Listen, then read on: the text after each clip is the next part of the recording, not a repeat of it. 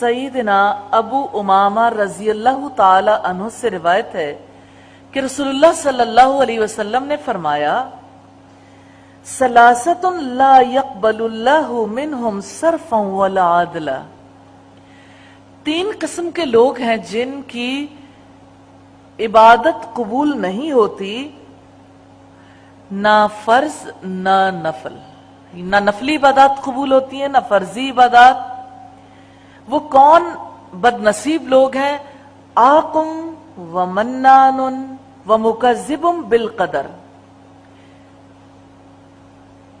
والدین کا نافرمان، بد سلوک، احسان جتلانے والا اور تقدیر کو جھٹلانے والا۔ جو بھی احسان کرتا ہے پھر جتلاتا ہے، اللہ تعالیٰ اس کی نہ فرض عبادت قبول کرتے ہیں نہ نفلی عبادت۔ جو بھی والدین کا نافرمان ہے اس کی بھی عبادت قبول نہیں ہوتی، اور تقدیر کو جھٹلانے والے کی بھی۔ تو بڑی وعید ہے ایسے لوگوں کی جو اپنے اندر سے یہ 3 باتیں ریموو نہیں کرتے۔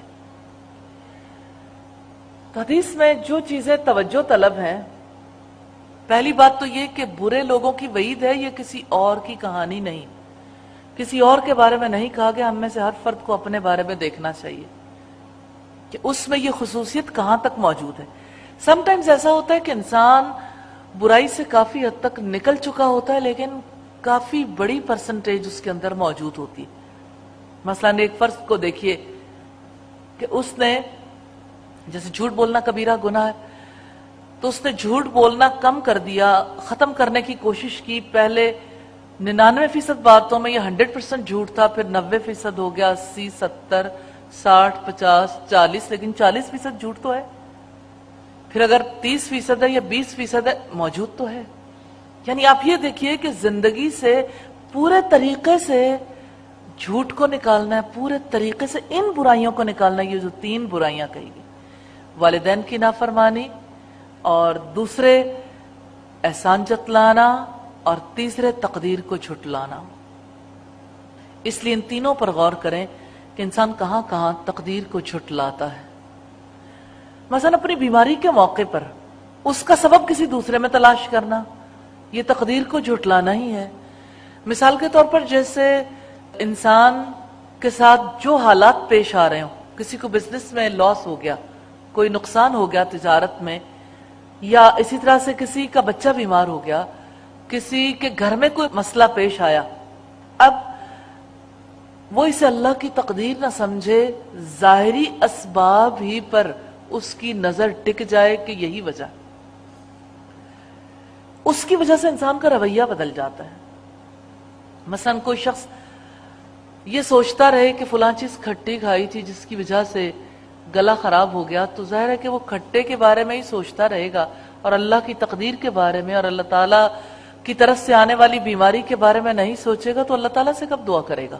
اس کے پاس دعا مانگنے کی فرصت ہی نہیں ہوگی۔ جب کبھی بھی لوگ اسباب میں الجھ جاتے ہیں تو رب تک نہیں جا پاتے۔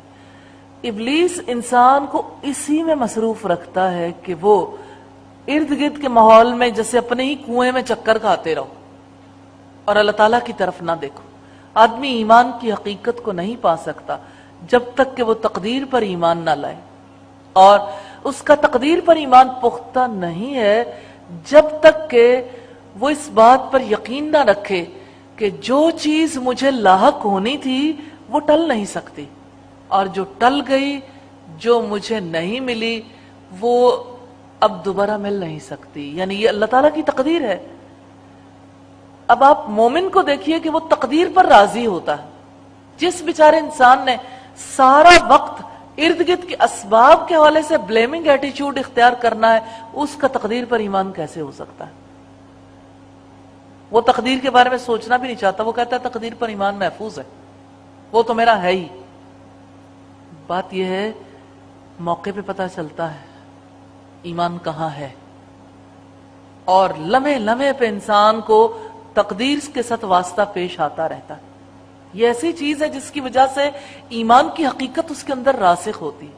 اگر یہ عقیدہ تقدیر ہل جائے، اس کی وجہ سے انسان نیکی پر قائم نہیں رہ سکتا۔ اس کی وجہ سے اللہ تعالیٰ کا تعلق خراب ہو جاتا ہے، اس کی وجہ سے انسان کے اپنے ماحول میں برے اثرات اس پر بھی مرتب ہوتے ہیں، دوسروں پر بھی مرتب ہونے شروع ہو جاتے ہیں۔ اس لیے سوچ بدل لیجئے، اپنی سوچوں کا رخ اپنے رب کی طرف کر لیجئے۔ فکر کی درستگی ضروری ہے، فکر کی درستگی کے بغیر آپ صحت مند ہیلدی لائف نہیں گزار سکتے، کیونکہ آپ کی روح پر برے اثرات مرتب ہوں گے۔ آپ روحانی طور پر بیمار ہوئے تو آپ کا جسم بھی متاثر ہو جائے گا۔ تو نبی صلی اللہ علیہ وسلم نے فرمایا کہ 3 طرح کی خصوصیات اگر کسی میں موجود ہوں گی، اس کی نہ فرض عبادت قبول ہوگی نہ نفل۔ اتنی بڑی بات ہے، ساری زندگی انسان محنت کرے، اطاعت والے کام کرے، نمازوں کا اہتمام کرے، روزوں کا اہتمام کرے، زکوٰۃ کا، حج کا، انسان ہر طریقے سے دوسروں کے ساتھ حسن معاملہ کرنے کی کوشش کرے، نیکی کے کام کرے، اپنی زندگی، قوتیں، صلاحیتیں، وقت، ہر چیز اس راستے میں جھونکنے کی کوشش کرے، لیکن اس کے باوجود کچھ بھی قبول نہ ہو۔ کن وجوہات کی بنا پر؟ والدین کی نافرمانی۔